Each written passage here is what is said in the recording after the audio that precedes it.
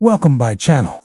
How did a small island nation like Britain manage to take control of the vast, rich, and powerful Indian subcontinent? It's a question that has puzzled many. The story isn't just about military might. It's a complex tale of trade, politics, and ambition that unfolded over 2 centuries. Let's dive into how Britain captured India. It all started not with soldiers, but with merchants. In the year 1600, Queen Elizabeth I granted a charter to a group of London businessmen, forming the English East India Company. Their goal was simple: to get a piece of the lucrative spice trade, which was dominated by the Portuguese and the Dutch. For the first 150 years, the company was just that, a company. They set up trading posts, called factories, in coastal cities like Surat, Madras, and Calcutta. They traded spices, cotton, silk, and tea, all with the permission of the powerful Mughal emperors who ruled most of India. But as the 18th century dawned, things began to change. The mighty Mughal Empire started to weaken and fracture. Local princes and regional rulers began to assert their independence, fighting each other for territory and power. This created a power vacuum, and the East India Company saw an opportunity. They weren't the only ones.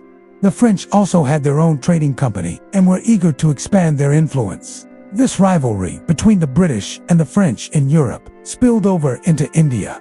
They started taking sides in local conflicts, providing money and modern military training to opposing Indian princes.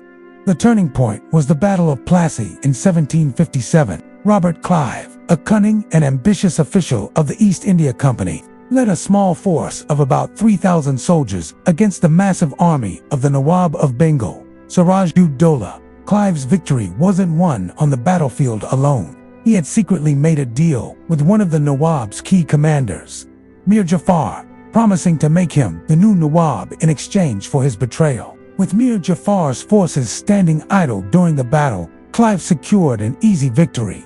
This was a game changer.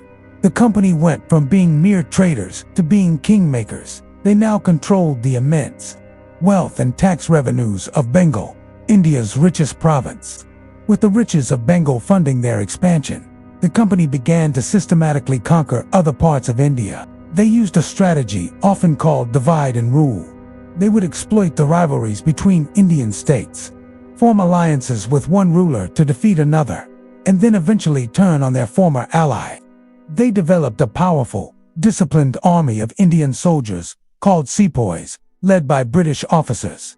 This army, paid for by Indian taxes, was the main instrument of British conquest. Through a series of major wars, they defeated powerful kingdoms like the Maratha Empire and the Sikh Empire in Punjab. They also used political tactics. One clever method was the subsidiary alliance system. An Indian ruler would be forced to sign a treaty, agreeing to host a British army detachment for protection. The ruler had to pay for this army's upkeep, which was often so expensive it would bankrupt his state. If he failed to pay, the company would annex a part of his territory. This was a way to gain control without even fighting a war. Another policy was the doctrine of lapse, which stated that if a ruler died without a natural male heir, his kingdom would automatically be absorbed by the British. This was used to annex several states, causing great resentment. By the mid-19th century, the East India Company controlled almost the entire Indian subcontinent, either directly or indirectly. But their rule was exploitative and often brutal.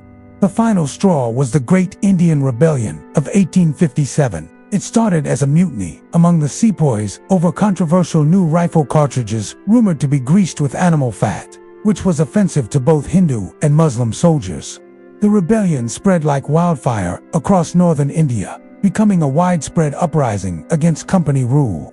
Although the British eventually crushed the revolt with extreme violence, it shook them to the core. The rebellion marked the end of the East India Company's rule.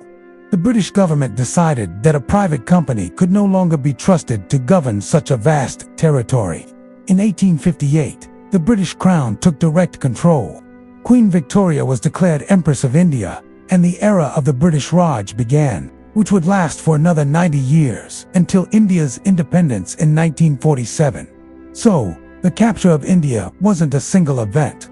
It was a gradual process of economic exploitation. political manipulation, and military conquest, where a trading company transformed into an empire builder, paving the way for direct colonial rule. Thank you for watching.